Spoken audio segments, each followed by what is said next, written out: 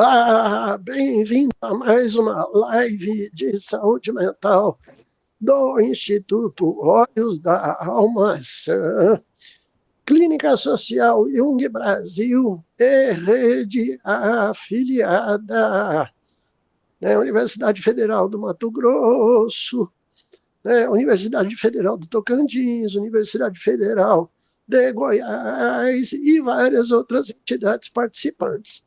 E o tema de hoje, nós vamos estar falando do aspecto, né, dos aspectos biopsicossociais e agora espirituais na área de saúde. Tá? Que é um dos temas que eu acho que são muito interessantes a gente poder aprofundar um pouco nessa mudança de paradigmas, né, que na verdade é uma mudança que já começou lá em 1920 com Carl Gustav Jung, e só agora, quase que 100 anos depois, o pessoal falou, o Jung tinha razão, eu acho isso tão bonitinho, né?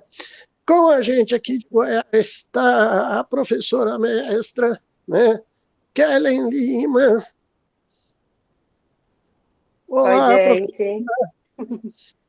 Maravilha, bem-vinda, professora. Vamos fazer um bate-papo sobre a questão da espiritualidade na área de saúde, né? Com a gente Sim. também está a professora, doutora, lá de São Paulo, né? Depois a professora vai falar em que faculdades que ela está lecionando, né? Professora doutora Clarice de Franco, bem-vinda, professora. Olá, gente, tudo bem? Muito obrigada pelo convite. Adoro esse espaço aqui, espero que seja bem proveitoso. Prazer estar com você também aqui. Muito obrigada, viu? Maravilha, eu queria começar com essa reflexão, vocês dois fazendo. Quer dizer que então a dona ciência, ela é teimosa, a dona ciência, ela gastou 100 anos para falar, ó, o Jung tinha razão. Eu acho isso tão curioso, né? É maldade, né? Eu quero ver como é que as outras abordagens, ou mesmo o Conselho Federal de Psicologia, vai rever isso, né? Porque tem aspectos aí da medicina, inclusive o próprio Conselho Federal de Medicina abriu um departamento sobre espiritualidade. E agora, José, quer começar, professora Kellen? Podemos, né? Bom, a experiência que eu tenho com trabalho com a espiritualidade, além do consultório, né, da clínica, é que recentemente eu fiz a minha tese de mestrado foi falar sobre as primeiras mulheres que trouxeram a espiritualidade, né, que são as benzedeiras.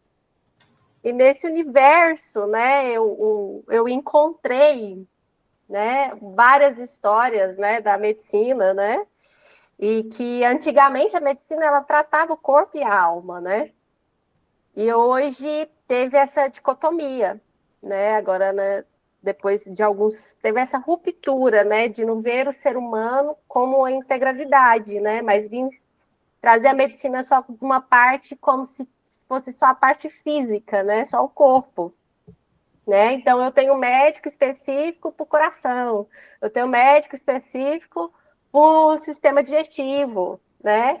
E antigamente lá vamos falar no Egito, na Grécia, né? Eles olhavam o ser humano nessa integridade, né? Nessa união de corpo, de espírito, né? E aí a gente traz também algumas medicinas que hoje existe, que é a medicina chinesa, né, que também olha para essa parte do homem, né, com toda a dimensão dele, né, a medicina chinesa ela trabalha muito com os elementos da natureza, né, e aí o que o corpo do homem, né, o que vamos falar assim, está desequilibrado, que elemento que está desequilibrado. Então, existia nessas medicinas mais antigas, né, esse olhar mais aguçado e mais sutil, né, do espírito humano. E aí, quando eu fui trabalhar, né, fazer essa busca com as benzedeiras, as mulheres antigamente, elas eram integradas, né, com a natureza. né, nossa formação aqui do Brasil, né? A gente trouxe muita dessa sabedoria aqui no Brasil, né, com os povos indígenas, né, os povos africanos. Então, eles trouxeram esse ensinamento para a gente, né? E aí, em uma das minhas leituras que eu achei muito interessante é que os homens, né, os médicos europeus, eles não entendiam sobre o útero, eles não entendiam sobre os ovários, eles não entendiam porque como que era uma gestação. E isso era aquelas mulheres da terra, da natureza, que ajudavam as outras mulheres. Então, e não só no sentido corpo, não só no sentido de parir, não só, né, de ajudar no parto, mas no sentido também da parte espiritual da mulher, da parte dela, da conexão dela, né, com a natureza e com toda aquela comunidade que ela tinha. Então, nos meus estudos, né, com as benzedeiras, eu tentei resgatar um pouco, né, essa história dessas mulheres que já trabalhavam unindo a saúde do corpo da mulher com a saúde espiritual, com o espírito, né? E no meio disso, eu me deparei com o SUS, né, que tem o programa de atividades integrais, né, de acupuntura, reiki, As PICs, as práticas os integrativas PICs, complementares. exatamente.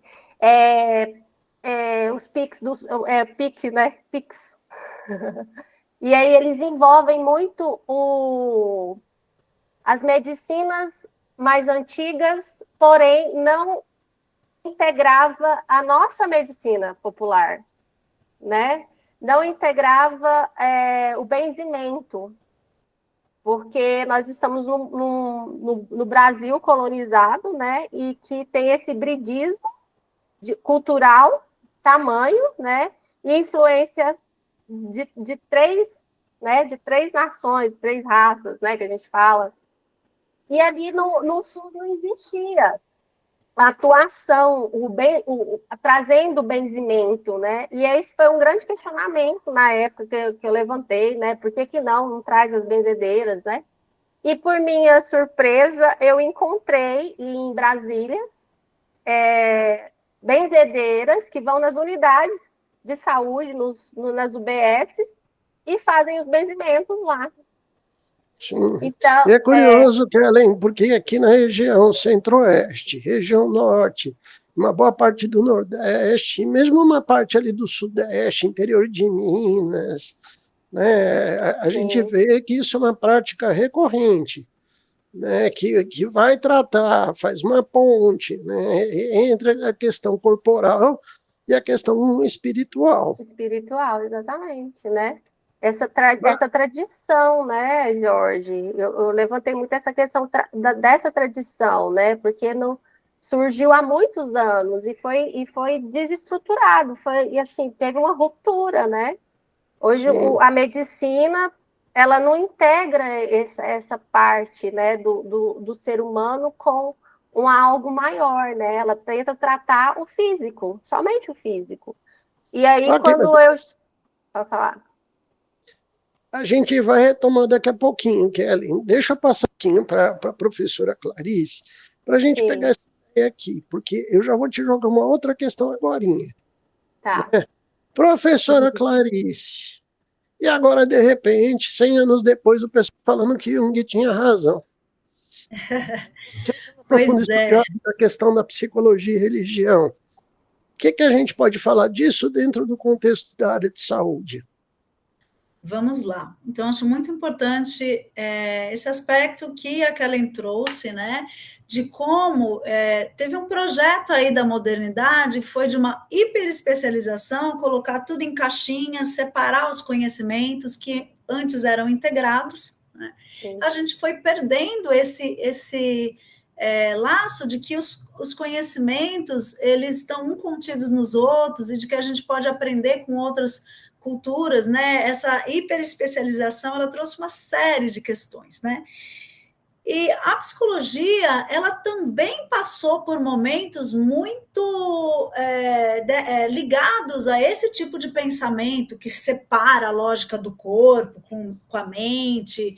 Espírito, então, nossa, nem se falava. O Jung sofreu muito preconceito, até hoje se fala, né, do Jung como místico. Ué, ele não tinha problema nenhum de ser místico. A gente que muitas vezes tem problema, né, e fica atribuindo a isso um problema, né? O Jung, ele já traz no Memórias, Sonhos e Reflexões a questão das duas personalidades dele, né? Um, o médico suíço, respeitado, né, europeu, e outro, esse curioso, que vai estudar de tudo, que vai estudar taoísmo, I Ching, astrologia, e que vai, a partir desses conhecimentos orientais, né, medicina também, gente, a medicina tradicional chinesa, todo esse reconhecimento da legitimidade de outros saberes, que não o científico, da ciência moderna, ocidental, né, contemporânea, ou seja, a gente precisa reconhecer a legitimidade de outros saberes. Isso não é um demérito para a ciência, é o contrário, é algo, colocar em perspectiva, né, dialogal. E aí o Jung, ele já trazia essa dimensão, né, de olhar para o Oriente, né, o Oriente como tendo uma referência muito mais voltada a um aspecto de perspectiva de uma busca de um Deus interno, né? O Ocidente fica buscando tudo fora. Ele fala, olha, o Ocidente tem esse olhar, né, que é esse olhar para dentro, e aí ele traz essa figura do self, que ao mesmo tempo é esse arquétipo integrador da psique, mas é esse arquétipo também ligado à sabedoria, o eu mais sábio, mais espiritualizado, né? O Deus dentro da gente, seria assim. E aí ele vai falando dessa qualidade espiritual dos arquétipos. Então o Jung foi trazendo para a gente, nas suas teorias, quando ele fala, por exemplo, das funções psíquicas, as 4 funções psíquicas, ele está contemplando ali dimensões do corpo, da mente, dimensões ligadas, por exemplo, às emoções e também ao espírito.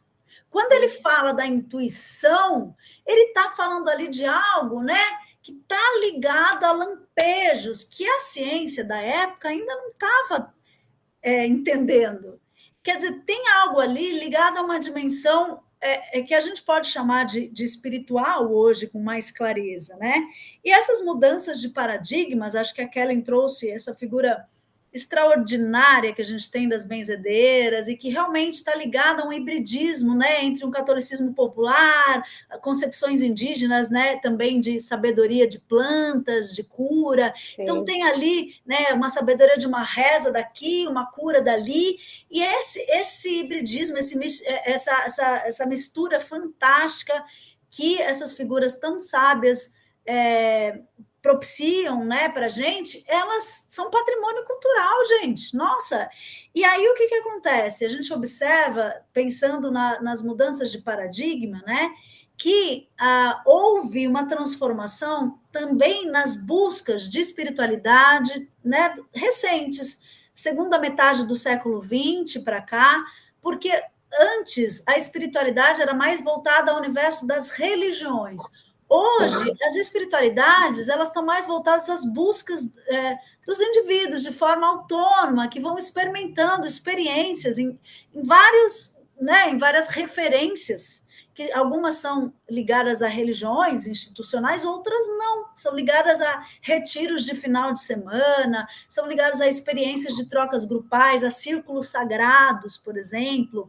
Então, todas essas experiências vêm adentrando o campo da saúde, e aí a gente tem pesquisas, né, sobre o quanto o impacto desse tipo de experiência, né, da espiritualidade, da religiosidade, tem favorecido enfrentamento de doenças graves, situações, por exemplo, de traumas, grandes vulnerabilidades, por exemplo, acontece que nem enchentes, tragédias, né, climáticas, o quanto a espiritualidade, ela propicia, ela é um fator positivo no enfrentamento. A gente tem um nome para isso, que é coping religioso, é o estudado, né? Fatores em que a religião contribui, as religiões, as crenças, as espiritualidades contribuem para uma para esse enfrentamento ou dificultam esse enfrentamento. Os estudos de larga escala na saúde demonstram que a espiritualidade, as práticas, a crença, ela, em geral, ela é um fator de proteção para as pessoas. Claro, né? Pode falar aí, Jorge, não sei se estou falando muito aqui. Não, mas tá bom, gente, esse tema aqui é um dos temas que eu mais gosto, particularmente eu tenho que falar aqui para quem está assistindo. O que me aproxima muito do Jung, quando era acadêmico de psicologia, né, foram 2 pontos. Primeiro, a questão da saúde mental, que eu já sabia durante a graduação que eu queria trabalhar com pacientes psiquiátricos. Né? Segundo, o estudo de psicologia e religião. E eu acho fenomenal, professoras, né, o que vocês estão falando. Eu quero desdobrar muito essa questão também dos estados alterados de consciência, das benzedoras, né? Que a gente acha que é uma coisa muito fora da gente, mas não é. Está no quintal de casa. Né? Mas, professora Clarice, você estava falando uma questão que me chama muita atenção. Primeiro, porque, para mim, particularmente, em todos os meus estudos de uma vida inteira, né? Primeiro, a vida espiritual não tem igreja. Se você quer ter um encontro genuíno com a espiritualidade, as igrejas podem até te ajudar a começar um caminho, mas a grande vivência espiritual, ela é uma experiência. E essa experiência nem sempre é dogmática. Pelo contrário, às vezes você pode ter um encontro, uma epifania em qualquer lugar do planeta Terra. Às vezes você é artista tocando um instrumento, se você é atleta, fazendo um exercício num dia inusitado, o toque do espírito, ele não tem data e hora. Deus é onipotente, onipresente, onisciente, pode acontecer em qualquer hora. E a gente, né, professoras, a gente quer regras. Que Deus só está na minha igreja, Deus só pertence ao meu partido político, Deus... E isso é uma alucinação. E outro ponto importante, né, o Jung não foi estudar a questão da espiritualidade à toa. Eu não tenho nada para fazer. Não. Isso nasce com os estudos dele sobre esquizofrenia. O Jung era um curioso nessa área, né, e quando ele faz o rompimento com Freud, que ele lança Metamorfoses e Símbolos da Libido, inclusive citando casos que tinham pacientes com esquizofrenia e outros transtornos mentais graves, ele começou a perceber delírios sagrados muito fortes. E existia uma grande curiosidade científica. Por que essa pessoa que tem esse teor espiritual no meio do delírio? E aí, gente, quem das duas quer começar? Quer começar? Kellen? A gente inverte agora, depois você pega, a gente vai invertendo, né? Assim, a psicologia junguiana, analítica, né? Ela tem uma série de aberturas para pensar esse universo arquetípico e simbólico como um universo que acessa esse algo que é maior do que o indivíduo, né? Que algo é esse que é maior do que o indivíduo, que transcende a experiência pessoal, né? Ela vai sendo uma experiência coletiva, mas não é uma experiência coletiva só da minha família, dos meus vizinhos, né? Dos meus amigos, da minha escola, não, é uma experiência de toda a humanidade que está aí, né? Esse grande inconsciente coletivo. Isso abre caminho para a qualidade espiritual dessa experiência, né? Como que é esse acesso? Esse acesso ele é muito maior do que o que a gente pode entender, né, ou conversar assim cotidianamente, porque ele é por uma via que é das imagens, dos símbolos, é uma via que conecta, né? Porque o símbolo ele tem essa qualidade de conexão imediata, sem a gente precisar ficar explicando muito, né? Então, eu entendo a importância que a teoria junguiana colocou, e o próprio Jung, né? Ele tem aí, né, filho de pastor, aquela coisa toda, mas ele narra um sonho em que tem um Deus gigante que fica de cócoras em cima de uma igreja, abaixa as calças e defeca em cima da igreja. Ou seja, o Jung mesmo, ele vai mostrando e reconstituindo esse caminho de que não necessariamente, é que eu estou falando não necessariamente, pode ser, para algumas pessoas o caminho é pela religião mais tradicional e está tudo bem, né? Mas não necessariamente precisa ser esse caminho, né? Pode ser por outras vias, por descobertas pessoais, e aí ele vai trazendo também os estudos alquímicos, né? Que eu acho fundamentais, porque ele vai reconhecendo essas imagens, né? Ele começa lá pela águia que morde a própria, né? A própria asa, enfim.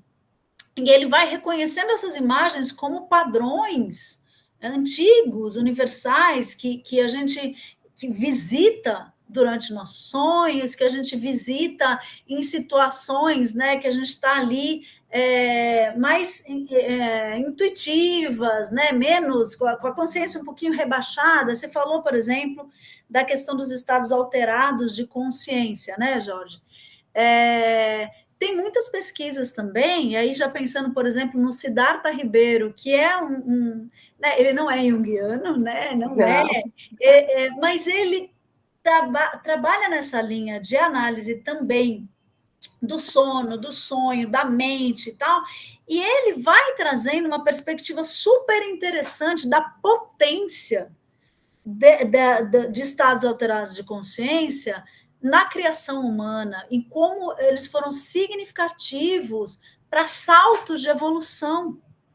E aí a gente vai compreendendo, através de pesquisa mesmo científica, o quanto estão associados, por exemplo, estados de êxtase xamânicos, né, que muitas vezes também têm indutores ali de alteração de consciência, mas nem sempre, né? Muitas vezes é pelo sonho também. Às vezes tem, por exemplo, bebidas nativas, locais, como a ayahuasca, por exemplo. Às vezes o uso de cogumelo. Você tem esse tipo de alteradores de consciência, quando bem orientados, bem dirigidos, utilizados de forma ritualística ou de forma a ser né, com uma dose apropriada, ou seja, de forma controlada, né?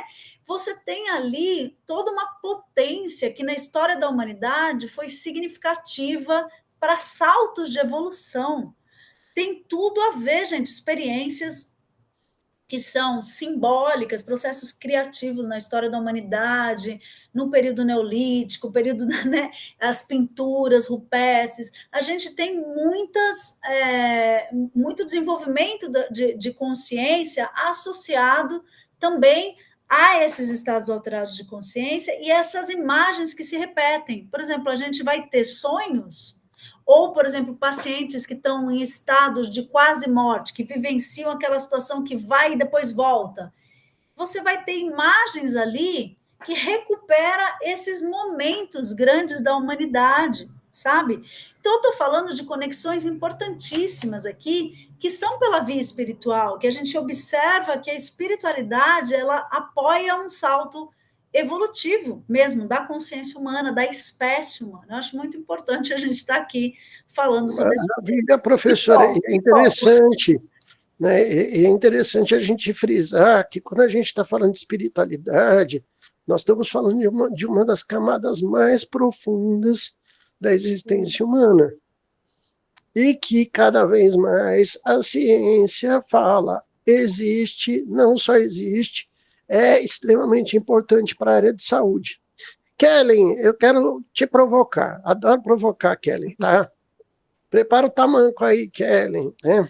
Convivendo com os benzedores, que é um campo de pesquisa que eu amo, tá? Eu adoro. Né?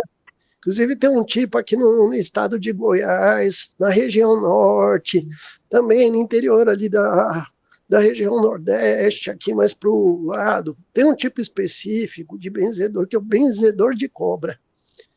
Que você falar, sugestionar ser humano é uma coisa, né? Sugestionar animal silvestre, eu acho fenomenal. E eu uma vez indo numa fazenda aqui em Vianópolis, uma cidade aqui a uns 80 quilômetros, 100 quilômetros de Goiânia, eu conheci um senhor chamado Seu Raimundo. Era um negro, ele devia estar beirando uns 80 e tantos anos, magrinho, né? o homem fedia aqueles palheiros, cigarro de palha, né? E pinga. Falava tudo errado, tudo, e ele era benzedor de cobra.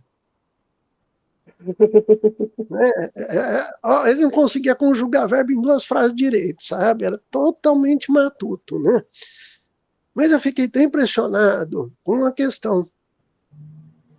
Um homem de uma simplicidade extrema, morando num casebre, e ele tinha uma conexão com a natureza tão fenomenal que ele entrava numa fazenda de 2 alqueires e falava que tem 6 cobras. E a cobra que está picando suas vacas é uma que está ali naquele cupinzeiro, ele é ruim. Aí eu, né, falo, peraí, oi, rebobina a fita que volta, né? Né? O cara tá falando que numa fazenda de 2 alqueires tem 6 cobras, né? E que tem uma, e ele consegue analisar a índole da cobra. Né? O que essa integração que essas pessoas têm com a natureza, o que essa conexão de leitura energética que os benzedores fazem, às vezes de falar que você está carregado e olho enche de lágrimas, a folhinha que está na mão dele seca. Sim. O que é esse fenômeno de leitura energética que a gente tem muito arraigado na nossa cultura popular e que fala também um pouco da prática da psicoterapia, né? Porque a gente, não dessa forma, né? Mas a gente tem os fenômenos também contratransferenciais, né? Sim. Solta, Kelly. O que é essa conexão que esses seres têm, né? Com a natureza do feminino, né? Com as crianças, né? O que é essa leitura sutil de energias que essa turma que são os benzedores traz? Inclusive, tem até um psicanalista que fez um aprofundamento, né, entre uma sessão psicanalítica e um benzimento, né? Ele fala desse lugar, né, da escuta, da entrega, né, que as benzedeiras têm, que a gente também no setting terapêutico também tem, né, para trazer para ter essa conexão, né? E durante a minha pesquisa teve alguns benzimentos, então você vê que as benzedeiras elas realmente ficavam ali presentes e conectadas com o paciente, com o cliente, né? E ali era uma entrega total, né? Para a pessoa se sentir bem, para a pessoa ficar aliviada, né? Às vezes eles chegavam só para conversar, né? Só para ter alguém para escutar e porque minha mãe me trazia na benzedeira, então eu acredito na benzedeira, então ela está me benzendo, então eu acredito nisso, né? É muito da questão também da fé, né? Da convicção de que aquela pessoa também pode, né, te auxiliar, né? E eu não encontrei nenhum benzedor de cobra, encontrei muitas mulheres, homens tão raro de encontrar benzedores, encontrei muitas benzedeiras, né? Eu acho que está surgindo esse resgate mesmo dessas mulheres, né? Trazendo essa energia, né? Do cuidado, do amor, né? Da segurança, né? Para trazer um pouco, para trazer, na verdade, um equilíbrio, né? Para a natureza, né? Sim. Então, eu encontrei bastante mulheres, e assim, mulheres que tinham dentro da família e que segue a tradição. É interessante isso também, né? As pessoas quererem seguir uma tradição através do hoje, como está moderno, como está tudo atualizado, como tem internet, e elas estão nesse resgate, né, da naturalidade, na verdade, da simplicidade, na verdade, né? Exato. Inclusive, esse é um dos caminhos de encontrar a espiritualidade. Sim. Não adianta você ir para uma boutique, né, fazer uma conta, sei lá, num banco de luxo, né? Espiritualidade de vitrine não funciona. né? A maior parte dos casos que eu conheci de pessoas que conseguiram chegar em estados de epifania, de grandes encontros, não foi por questões megalomaníacas, não, sabe? Dificilmente você vai ter uma epifania no Templo de Salomão. Me desculpem, não sou contra a religião de ninguém, mas não é lá. Não é no caminho do luxuoso, pelo contrário, você vai encontrar muito mais com Deus perto da natureza, né? Perto do seu Raimundo, né? Com aquele cheirinho de pinga de ontem, sabe? Que Deus o tenha num bom lugar, né? Que não está mais entre nós. Mas eu fiquei muito impressionado com a força da pessoa, né? Sim. De chegar a numa convicção, né? A Exato. convicção de que aquela tradição, vamos falar, aquele lugar, aquele aprendizado faz, né? Mobiliza, né, Jorge? E você percebe isso a acontece força... para quem está atuando e quem está recebendo. É muito interessante. Professora Clarice, e aí? Depois a gente levantou, você corta, por favor.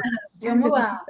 Então, complementando a fala da Kelly, né, eu acho muito importante que as perspectivas de gênero também estão se aproximando desse debate espiritual, resgatando o papel da mulher, que muitas vezes, por exemplo, ficou, né, historicamente muito desgastado, né? As bruxas queimadas na fogueira hoje são reconhecidas como benzedeiras, são reconhecidas como mulheres sábias. Quer dizer, não é que tá tudo bem assim, né, gente? Já tá com esse reconhecimento todo, mas tá havendo um resgate, que é o que a Kellen falou, né? Um resgate da consciência desse feminino sagrado, desse feminino que tem essa matrilinearidade, né, como uma força.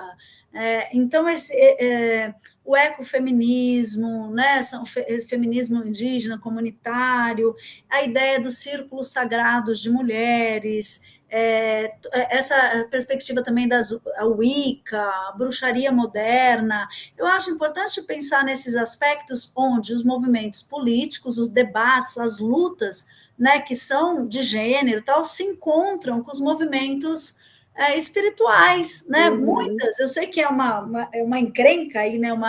Não é complexa essa aproximação, né? Muitas feministas são contrárias a esse tipo de abordagem, porque falam, olha, eu não quero ser deusa, né? Eu sou aqui, eu quero ser reconhecida aqui, na igualdade, na política. E também, muitas vezes, mulheres que estão nessa perspectiva que é do sagrado e tal, elas falam, bom, mas as feministas são muito radicais. Então, assim, é um debate que está aberto, mas muitos encontros já têm sido propiciados, né? Eu acho isso uma riqueza do nosso momento, sabe? Aproximar perspectivas e compreender o quanto as mulheres historicamente foram deslocadas de seu contexto de poder sagrado, espiritual, daquilo que elas têm para oferecer numa dimensão arquetípica de quem gera, de quem cuida, de quem nutre, né, de quem está ligado à terra, né, as mães terras.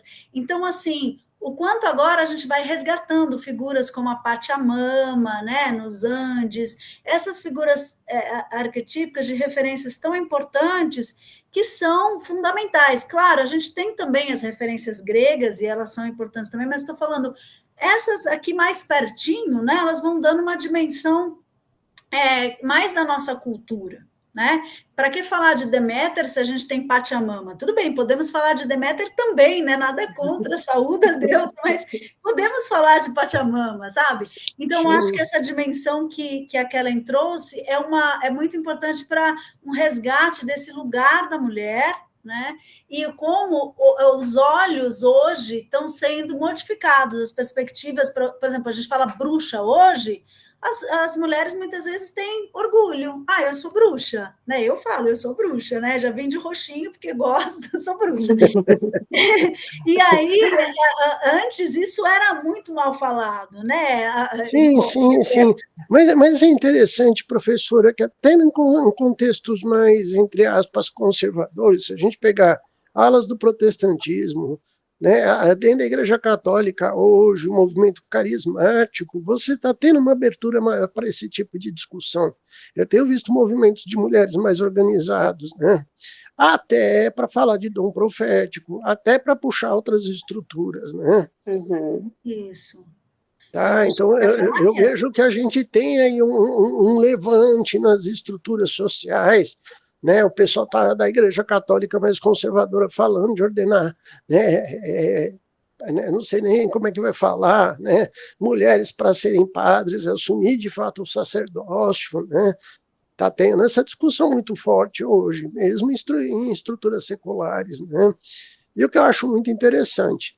Mas eu queria pegar um outro lado que a gente começou a falar, né, Kellen? O tanto que o caminho, né, o Jung foi muito feliz quando começou a fazer a discussão, né, e muita gente não entendeu direito isso até hoje, muita gente ainda questionando o tal do processo de individuação, Sim. né, que é você encontrar a sua essência, você encontrar o sentido da sua vida, seu propósito de estar vivo, o tanto que isso é singular, intransferível e exige do ser humano extrema renúncia, né? Porque se você for uma pessoa muito cheia de penduricalhos para encontrar a sua essência, você vai ter que deixar mais da metade deles lá na recepção, tá? Só que tem um desafio, porque as pessoas querem receitas de bolo, querem regras no que não tem regras. Tão bonitinho, Kellen. Né? Como é que eu faço para conquistar a endividação? Ah, não tem receita de coach, então não vou. E aí? Verdade. Não, e o que eu percebi é que as mulheres são mulheres mais maduras, né? Hoje no benzimento, né? Embora tenha essa mobilidade hoje de mulheres trazendo, né? Resgatando o feminino, serem por volta dos 35 ali, sabe? Você vê que tem esse resgate para do. Não, e todas conhecem Jung, todas já leram alguma coisa sobre Jung, porque parece que ele é meio que assim, nossa, parece que está entendendo a nossa linguagem, né? Vocês sabem que vai ter até professoras, eu vou fazer um convite público de uma coisa que eu estou me enfiando no meio dela. Tem um encontro de benzedores aqui no Alto Paraíso, né, aqui na Chapada dos Raízes. Veadeiros. Exato, que acontece agora no final de maio, no final de semana. Sim. Tem várias benzedoras do Brasil inteiro, pajés do Brasil inteiro descendo. Estaremos lá, viu? Cidade de São Jorge, se Deus quiser, final de maio, que é um tema particularmente que eu tenho muita curiosidade, eu tenho algumas pesquisas iniciadas sobre isso, né? Então, continua, professora. Então, o que eu percebi, né, nessas mulheres é que todas já têm a vida delas, realizaram tudo na vida delas, atuam em vários papéis, só que pega esse lugar da essência delas, desse lugar da individuação do self delas, para benzer.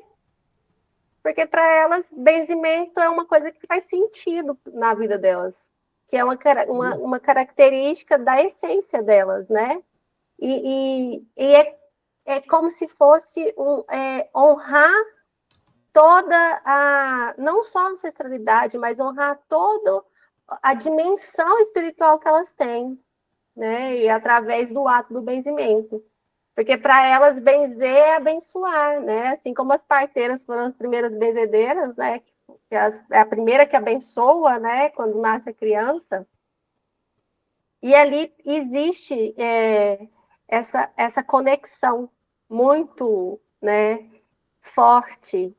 E alguns relatos de algumas benzedeiras, na verdade, traz assim que em momentos ruins da vida, né, uma depressão, uma perda de alguém, né, um evento ruim da vida, elas trazem esse resgate de dentro, sabe? Como se fosse assim, por mais tudo que isso que eu passei, eu ainda estou aqui e estou fazendo o que eu gosto, o que eu quero, o que eu me proponho para a comunidade. Bacana isso, né? É que não é É um mais para trabalho ninguém, coletivo, né? é para o É um trabalho, coletivo. sim, Exatamente. maravilhoso. É uma forma de. A gente fala que é uma forma de resistência, né, Jorge? Porque a gente está muito individualista, né? Enquanto as benzedeiras elas trazem muito esse sentido de vamos resistir ao individualismo e trabalhar a comunidade, trabalhar o coletivo. Por isso que antigamente elas ficavam mais invisíveis, vamos falar assim, né? Muito bom. E eu, Professora Clarice, e o que você me diz do processo de individuação? Que eu acho que uma das grandes ideias notáveis do Jung, além da ideia de energia psíquica, sincronicidade, inconsciente coletivo, o tal do processo de individuação. Vamos lá, vamos complementar aí, sempre na mesma linha, que eu acho que a Karen está trazendo muito importante, né? Individuação não é individualismo, né? Não é um caminho do individualismo, é completamente diferente. Eu acho que para quem não conhece, né, o termo, pode às vezes pensar, nossa, mas o Jung, então, só pensava no indivíduo, né? Só pensava no caminho singular do indivíduo. Não, né? O caminho da individuação, ele está o tempo todo nesse movimento de integrar consciência com inconsciente, de integrar a experiência do inconsciente pessoal com o inconsciente coletivo. Então, nesse sentido, a individuação, que é o tornar-se quem se é, tornar-se a si mesma, e para isso, né, compreendendo qual é a sua inteireza no mundo, né? Qual é a sua essência ou o seu ouro, né? Uma metáfora aí alquímica, o seu ouro, a sua pedra filosofal, ou seja, como que você chega naquilo que é genuinamente seu, naquilo que genuinamente, né, nas experiências que você vai passando e integrando ao seu modo, né? Porque a psicologia junguiana, ela fala o tempo todo desses processos de integração, essas tentativas que a gente faz, né, de equilibrar as energias psíquicas, de compensar quando uma está mais descompensada, né? Então, de equilibrar, ao contrário do que muita gente pensa, que a psicologia junguiana fala desses opostos, então é uma psicologia binária, é uma psicologia dicotômica. Não, é uma psicologia da integração, né? E é uma psicologia que traz lógicas que são complementares, que a gente aqui no Ocidente não está acostumado. A gente que está acostumado com o binarismo, né? 0-1, 0-1, esse ou aquele, nós contra eles, né? Esquerda, direita, norte, sul, pobre, rico, preto, branco. A gente que faz essas separações. A concepção oriental, a concepção, né, comunitária, indígena, esse ponto de vista das benzedeiras, ele é a ideia da complementaridade. O eu não existe sem o outro, né? É uma noção do né? Então, o processo de individuação, ele está o tempo todo trazendo essa dimensão da complementaridade, né? Essa dimensão de como trabalhar o coletivo dentro de mim, de como harmonizar essas energias, né? Que por vezes são conflitivas, sim, que por vezes vão ter ali, né, tensões internas e externas, mas é esse sagrado trabalho, né, da integração, que é tão difícil, né? É tão difícil a gente integrar, às vezes uma pequena coisa que acontece na nossa vida, a gente já põe essa coisa de como rival, né? Alguém como rival, quer dizer, é tão difícil integrar, né? Integrar essas figuras dentro da gente, as nossas dores como partes nossas, as partes nossas que não são muito bonitas, né? Tudo a gente vai ter que ir integrando. Então, a psicologia junguiana, ela tem essa riqueza, né? E o processo de individuação é isso, essa riqueza de integrar coletividade, individualidade, pessoal, coletivo, né? Ânimos, ânima, masculino, feminino, né? Ego, self, então uma porção mais consciente, organizativa, uma porção mais inconsciente, integradora, né? Totalizadora da psique, mais espiritual. A individuação é esse longo processo. E aí a gente vai ter micro-individuações ao longo da vida, né? Porque a individuação é uma tarefa para a vida inteira. Mas processo, eu sempre falo, professora, me corrija se eu estiver errado, por gentileza, a individuação ela não é uma finalidade, Por isso que Jung foi muito feliz, e eu acho que as pessoas usam mal o termo, é processo de individuação. Né? Então, e tudo isso que a professora estava falando tem a ver com aquilo que a gente chama na filosofia de dialética. Né? Você não está lidando com opostos separados, você está falando de um motor, de um eixo que funde os dois. Né? Tá? Exatamente. E é legal, professora, isso que você está falando, porque a gente tem que tomar muito cuidado com essas leituras superficiais da obra do Jung, né? Porque a pessoa mal lê e não entende o contexto, inclusive da formação filosófica, né? Da área de saúde, né? Do que foi feito, e aí você fala, binário. O Jung não tem nada de binário. Nada. Pelo contrário, ele propõe o tempo todo essa visão dialética de integração e sobreposição dos opostos. Então, e é muito curioso que hoje em dia, eu acho tão interessante, a gente tem um mercado, né, que vende sonhos. O delírio da pós-modernidade está muito nisso. Né? Então, eu fico rindo de coisas que eu vejo na minha linha do tempo, aí, nas redes sociais. Encontre sua deusa do interior em 5 encontros, né? Faça a sua imaginação ativa e converse com os deuses em 6 encontros. Cara, a galera coloca o processo de individuação como uma meta, né? Tá, e aí os bancos agradecem, né? Gera até algum certo lucro para quem está propondo, mas isso aí eu falo que é vender fé, né? E fé a gente não vende. E aí, Kellen, professora, você quer comentar isso? Fé realmente não tem como vender, né, Jorge? Olha, mas o que tem de gente aí vendendo indulgência até hoje, né? Você pagou o dízimo, você está protegido. Você pode fazer o pecado que for, que pagou o dízimo, está tudo certo, é complicado, né? Até mesmo Jesus fala, né, sobre a fé, né? Então, assim, é um aspecto muito delicado do ser humano, eu vejo, sabe? Porque eu acho que um grão de mostarda, ele sabe que ele é um grão de mostarda, ele tem convicção do que é, sabe? O ser humano, ele tem essas dúvidas, né? Que eu conheço clínica, o que eu conheço na minha clínica de grão de mostarda que jura que é cerejeira. Aí você fala, rapaz, você tá meio esquisito aí, você não tá achando que você tá amarelo demais para ser uma cerejeira? Perdão pela piada, não quero ofender ninguém, mas se ofende, lamento, né? Põe na conta aí, sabe? Mas hoje em dia você vê coisas muito esquisitas aí. Né? Sim, sim.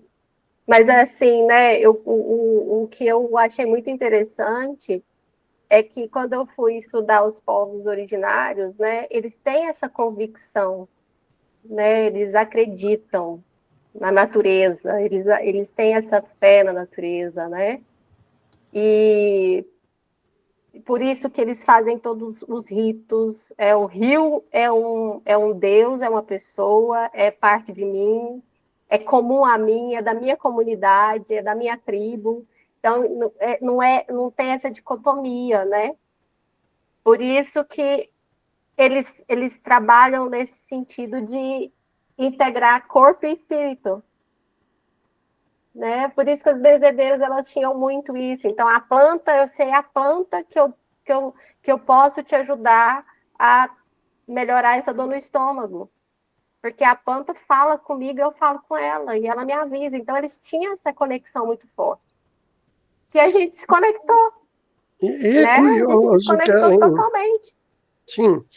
E quanto mais a gente está vivendo em apartamento, sem natureza, né? Jung fala muito disso também, a uma certa altura, né? Que nós transformamos os nossos deuses em doenças, né?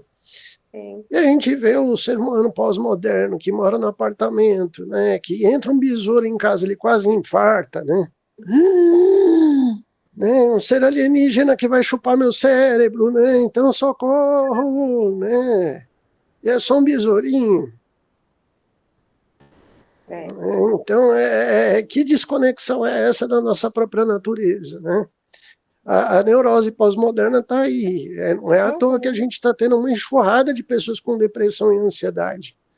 E o legal desses estudos sobre medicina, né, e sobre saúde, né, professora Clarice, que vem abrindo uma porta de discussão sobre a vida, sobre a natureza, né, de fazer esse resgate de uma forma consciente, até de uma nova postura sobre a vida, né, em termos de qualidade de vida. Né, e para o pessoal não ficar à toa achando, né, a senhora é pesquisadora da Ampep, é uma das, né, deve estar aí, a gente vem aí uma observação crescente em várias áreas da saúde de temas vinculados, qualidade de vida, saúde, resgate da natureza. Agora a medicina resgatando a questão da espiritualidade, que é importante. E aí, professora Clarice? Pois acho que a gente precisou apanhar tanto, né, da gente mesmo, né, da nossa própria forma de se organizar socialmente, com a urbanização, né, com as cidades de concreto, né, então poluindo o nosso ar, provocando uma série de desastres que poderiam ser evitados, porque é claro que existem desastres naturais que são, né, do clima, mas outros a gente provoca com o nosso estilo de vida, né, com os produtos que a gente usa, com a maneira como a gente tem desmatado, né, os locais. Então, quer dizer, a gente foi produzindo esse estilo de vida adoecedor, né, e agora a gente está correndo atrás, né, correndo atrás disso que seria o mais simples, né? Acho que a Kellen falou da simplicidade, seria o mais simples, estava acessível, né? A natureza está acessível, em geral, ela é acessível, mas a gente foi tornando ela menos acessível, né? Paga-se caro para você, muitas vezes, ter acesso a um pedacinho de natureza, né? Ela ainda é acessível, né? Porque a gente... Ainda bem que a gente percebe que não se pode, né? Não se pode proibir o acesso a uma praia, por exemplo. A gente tem leis que vão protegendo isso, e cada vez a gente vai ter que brigar mais por essa, né, tornar esses espaços acessíveis, brigar, por exemplo, por situações em que grandes empresas vão lá e derrubam e desmatam, né, garimpo, questão das madeireiras. Isso é muito sério porque mexe não só no ecossistema que a gente fala que é, né, ligado à fauna, à flora, na gente, Com certeza. Tanto é que a gente está falando aí de ecopsicologia, isso, que, na verdade, é até uma condição também de sobrevivência da nossa espécie, né? Que horas são, por favor, gente? Só para controlar aqui o tempo, né? 8:45. Faltam 4 minutos. Tá. Gente, a gente está entrando na reta final. Eu quero lembrar que tem um outro fator interessante que eu queria... Vamos esticar um pouquinho, se vocês puderem. É rapidinho, né? O interesse das religiões sobre a obra de Jung não é novo. A gente, praticamente 80% da editoração, né, das obras completas do Jung está na mão de editoras católicas, né, seja da Vozes, da Edições Paulinas, a Paulus, né, a Vozes tem as obras completas e várias outras obras sendo lançadas aí, então, praticamente cada 15 dias tem um livro muito bom sendo lançado. Edições Paulinas tem a coleção Amor e Psique. Agora, por exemplo, o Espiritismo está super interessado no Jung por causa da Joana de Ângeles. Tem um movimento aí protestante também, né, começando a discutir Jung, né, principalmente por questões, inclusive, né, de compreensão maior da área de saúde. Então, não é um movimento novo, né? A gente está falando de uma tradição dentro de uma abordagem da psicologia que tem mais de 100 anos. Então, é muito curioso como isso vem consolidado. Eu queria que vocês duas falassem, na percepção própria de vocês, que vocês estão percebendo aí do mundo, das pessoas, o que vocês acham, né, que vai acontecer nas próximas décadas aí, porque agora a ciência assumiu. Ó, a gente não pode mais falar de aspectos só biopsicossociais, tem que falar também de aspectos espirituais. O que vocês acham a partir do momento que a ciência assume a espiritualidade? No que isso pode desdobrar? Quer começar, Keren, por gentileza? E na sequência eu quero só já as suas considerações finais, por gentileza. Tá. Olha, eu vejo, né, que com a experiência que eu tive com as benzedeiras, né, na UBS que eu fui, elas atenderam 74 pessoas. Então, eu acho que as pessoas estão tendo essa necessidade de pedirem médicos, né, pessoas, enfermeiros, psicólogos, pessoas dentro da saúde, de olhar para esse lugar, sabe, de escutá-las em que Deus que ela acredita, o que faz sentido para ela em relação ao sagrado. Então, eu acho que isso chama para vir, né, para a gente trazer para os estudantes de medicina, os profissionais, né, da área de saúde, olhar para esse aspecto, né? Até mesmo porque eles também precisam, né? A gente do lado de cá também precisa, né? De estar com essa conexão, né, com o sagrado, né? Principalmente quando a gente está carregado, né? Ficar carregado no final de um dia de trabalho não é difícil, né, Kelly? Verdade. Então, assim, eu vejo que trazendo, né, esse lugar, porque na OMS já existia falar de espiritualidade, né? O negócio é que as pessoas, elas parece que elas têm, anda meio que em ovos por falar disso, né? Eu acho que tem que trazer uma melhor compreensão em questão de espiritualidade, né?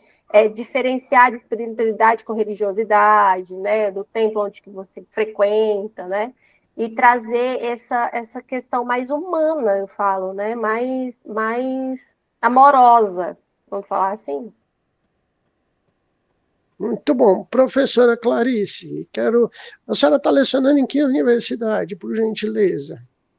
Olha, eu sou professora dos programas de mestrado e doutorado de Psicologia da Saúde e Ciências da Religião da Universidade Metodista de São Paulo, e eu também sou psicóloga da Universidade Federal do ABC, lá eu atuo como psicóloga, né? E, enfim, daí eu dou aula na Uniaberta também de Psicologia Analítica, é isso, e atendo no consultório, né? Professora, e essa dimensão hoje, né, como é que a senhora vê isso? Né, a ciência assumindo espiritualidade.